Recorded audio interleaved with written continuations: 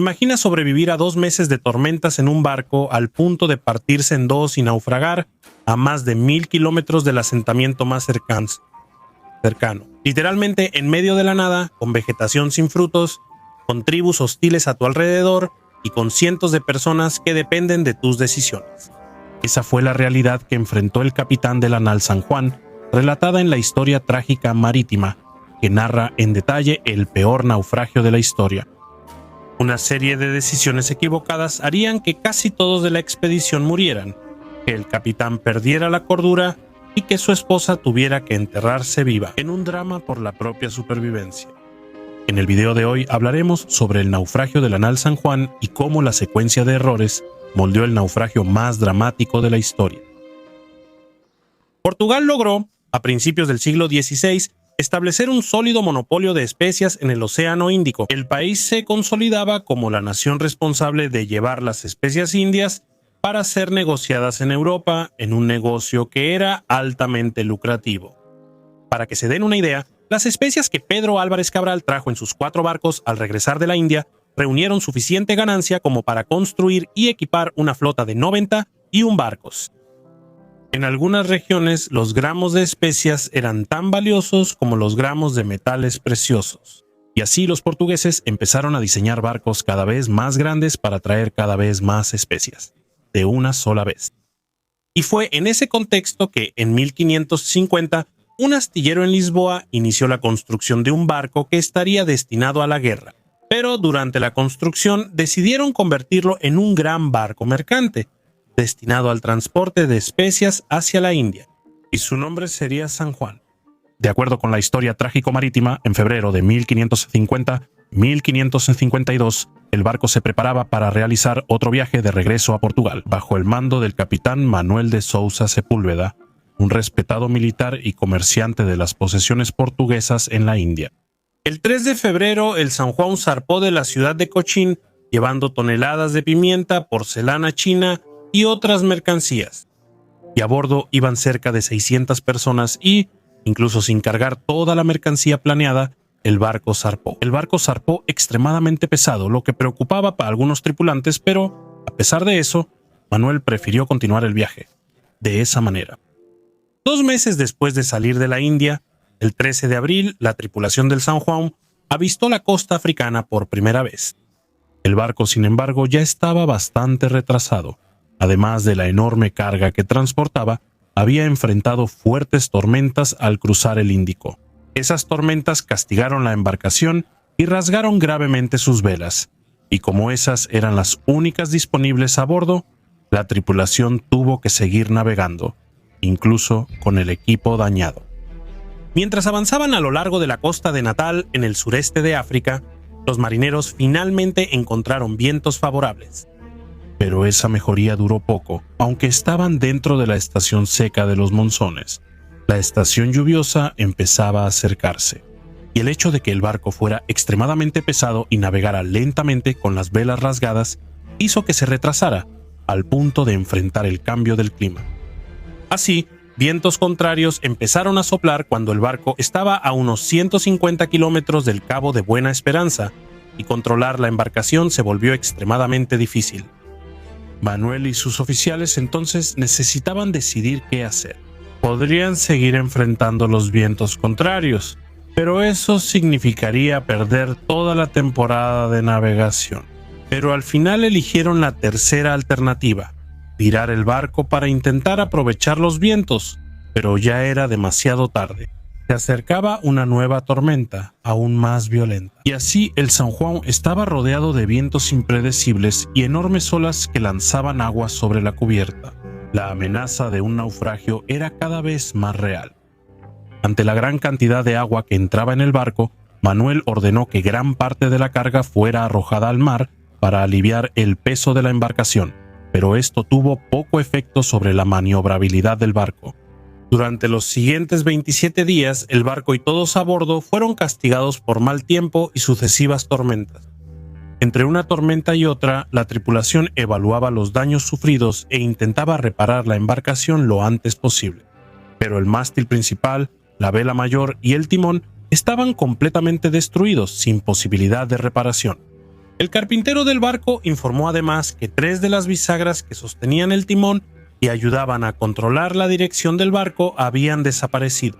Y al enterarse de esto, Manuel ordenó que la información se mantuviera en secreto, temiendo que la noticia causara pánico entre la tripulación. Pero el estado del barco era exagerado, evidente para todos. Y así, en ese intervalo entre las tormentas, intentaban hacer reparaciones improvisadas. Sin embargo, cada vez que llegaba una nueva tormenta, todos los esfuerzos eran rápidamente destruidos por la fuerza del océano. El 8 de junio quedó claro que el barco casi no había avanzado desde abril, es decir, estaban navegando y luchando contra tormentas sin casi moverse del lugar. Aún así lo lograban, aunque no lo suficiente como para volver a avistar la costa africana. Sabiendo que el período de los monzones se acercaba, Manuel ordena llevar el barco hacia la costa. Luego echaron el ancla y algunos tripulantes fueron enviados a la playa para amarrar los cables que ayudarían a mantener el barco estable. El plan era transportar gradualmente a los pasajeros a tierra firme y luego retirar todos los suministros que aún pudieran ser salvados. Y a pesar de la tradición marítima que determina que el capitán debe ser el último en abandonar el barco, los primeros en dejar San Juan fueron precisamente Manuel, su esposa y sus hijos. Con la excusa de que ayudarían a preparar los campamentos, desembarcaron acompañados de unos 20 hombres que permanecerían en tierra para protegerlos en caso de que aparecieran habitantes locales. Después de eso, el bote regresó al barco y comenzó a transportar pequeños grupos de pasajeros y tripulantes a la playa. Sin embargo, el proceso era lento y difícil, y tomaría días para sacar a todos los que estaban a bordo. Incluso la crónica relata que en algunos de esos cruces, los botes eran volteados violentamente por las olas de la playa, y algunos casi murieron. Al día siguiente, sin embargo, el piloto que aún estaba en el barco se dio cuenta de que el cable que lo mantenía sujeto se había roto, probablemente cortado por las rocas. De repente, el San Juan quedó a la deriva en aguas todavía agitadas, con cientos de personas aún a bordo que no tuvieron tiempo de desembarcar. Sin el cable para estabilizarlo, el ancla ya no podía mantener el barco en su lugar. Y así poco después, la embarcación fue lanzada contra las rocas y se partió en 4 partes. En menos de una hora, el San Juan se hizo pedazos completamente. Más de 100 tripulantes murieron en el desastre, mientras que cerca de 400 sobrevivientes lograron llegar a la playa y se unieron a los que estaban en tierra. Después del naufragio, los sobrevivientes permanecieron durante algún tiempo en estado de shock. Durante casi 2 meses, habían enfrentado tormentas violentas a bordo de un barco gravemente dañado y, contra todo pronóstico, aún habían logrado sobrevivir. Sin embargo, ahora estaban atrapados en una costa desconocida, sin saber exactamente dónde estaban o qué les esperaba. Cuando la confusión inicial disminuyó, el comandante comenzó a actuar. Ordenó que los hombres recogieran todo lo posible del barco destruido: cajas, cargamentos, barriles y cualquier pedazo de madera que llegara a la playa. Su esperanza inicial era construir una nueva embarcación usando los restos del San Juan, tal vez una pequeña carabela que pudiera llevarlos de regreso por el mar. Esa esperanza, sin embargo, desapareció rápidamente. Unas horas después del naufragio, quedó claro que casi nada había sobrevivido al impacto. Las olas habían destrozado completamente el barco. No quedaba ni siquiera un pedazo de madera lo suficientemente grande como para ser usado en la construcción del barco. Y ante esto, Manuel concentró sus esfuerzos en la supervivencia inmediata del grupo. Usando barriles, cajas y otros materiales recuperados, él y los náufragos construyeron refugios improvisados en la playa. Cerca de 500 personas habían llegado a la costa con poquísimos recursos, casi nada de agua potable y muy poca comida. Y durante cerca de 12 días, los sobrevivientes encendieron fogatas para calentarse y dividieron pequeñas porciones de harina rescatada del barco. Eventualmente lograron encontrar una fuente de agua dulce, lo que les trajo algo de alivio. ¿Qué es eso? ¿O qué es eso? ¿O qué? Los tripulantes avistaron a un pequeño grupo de habitantes locales que llevaban una vaca colina arriba. Al notar a la multitud en la playa, los nativos se detuvieron y observaron desde la distancia. Los portugueses respondieron con gestos amistosos, invitándolos a acercarse al campamento improvisado. Y así el grupo de Manuel se encontró por primera vez con los nativos. Después de algunas conversaciones y gesticulaciones, los portugueses se dieron cuenta de que los nativos tenían interés en negociar algunos artículos del barco, en especial los clavos de acero de Danal, a cambio de una vaca. Sin embargo, después de mucha negociación, cuando estaban a punto de cerrar el trato, otros nativos gritaron desde lo alto de una colina. Y los comerciantes se fueron desistiendo de negociar la obra. Relata que eso fue extremadamente desalentador, ya que la vaca habría ayudado a alimentar a la tripulación. Durante días y en el 12º día de la estadía en la costa, los portugueses se reúnen para decidir qué hacer. Todos entonces llegan a la conclusión de que lo ideal sería ir hasta la localidad de Sofala, a 1280 kilómetros de donde estaba. Y por más distante que fuera, esa era la única opción. Así, antes de iniciar la caminata, el capitán decide dar un discurso para todos. Pero en vez de calmar a los sobrevivientes y animar a todos, él empieza a llorar y les suplica a todos que si él se quedara en el camino, nadie lo abandone para morir solo. Así, el líder de la expedición, en vez de transmitir confianza, transmitía miedo y temor a todos los presentes. Y de esa manera comienza la jornada. El grupo de casi 500 personas logró caminar cerca de 20 kilómetros por día y, en el primer mes, se cree que recorrieron casi 590 kilómetros. Capitán C. Pero al mismo tiempo, las provisiones se agotaban día tras día. De ese modo no tardó mucho para que el hambre y la deshidratación comenzaran a azotar a todo el grupo. Muchos de los que estaban debilitados simplemente eran abandonados y dejados en el camino. Un poco de arroz que aún les quedaba de la antigua embarcación era distribuido, pero no encontraban ninguna fruta en la vegetación y, cuando se topaban con grupos de nativos, siempre eran atacados. Y, curiosamente, una de las primeras en ser abandonadas fue una cautiva que era amante de Manuel, junto con su hijo bastardo. Pero como la caminata era imparable, cuando Manuel recibe la noticia de que ellos fueron abandonados, ya habían pasado muchos días. Indignado, él quiso ofrecer dinero para que alguien regresara a rescatarlos, pero nadie aceptó, por ser un trayecto mortal, así que todos tuvieron que seguir el camino. En la crónica se relata con pena la figura de doña Leonor, una importante noble que era una mujer muy culta y esposa de Manuel. Y ella, a pesar de sus rasgos finos y delicados, lograba, con mucho esfuerzo, caminar delante de las personas, inspirando a todos. Pero todo ese suplicio encontraría rápidamente un alivio. Después de recorrer cientos de kilómetros, los portugueses encontraron al rey de una tribu amigable, que lo recibió en su comunidad.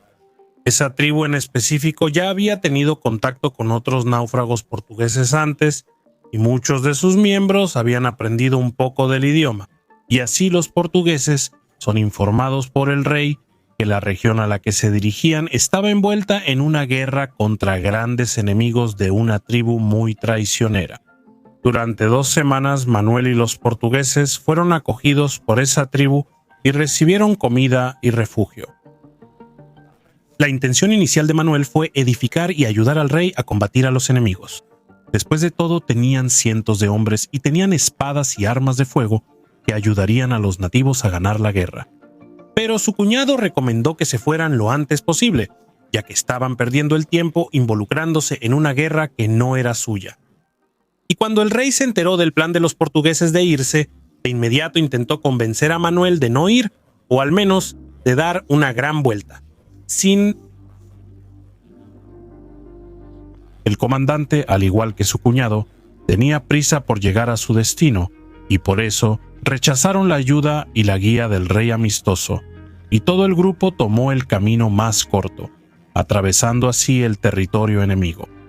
Tal como se les había advertido, Manuel y sus hombres poco tiempo después se encontraron con la tribu rival, que tenía alrededor de 200 hombres que parecían amistosos, y los llevaron a conocer a su rey, el rey enemigo de la otra tribu.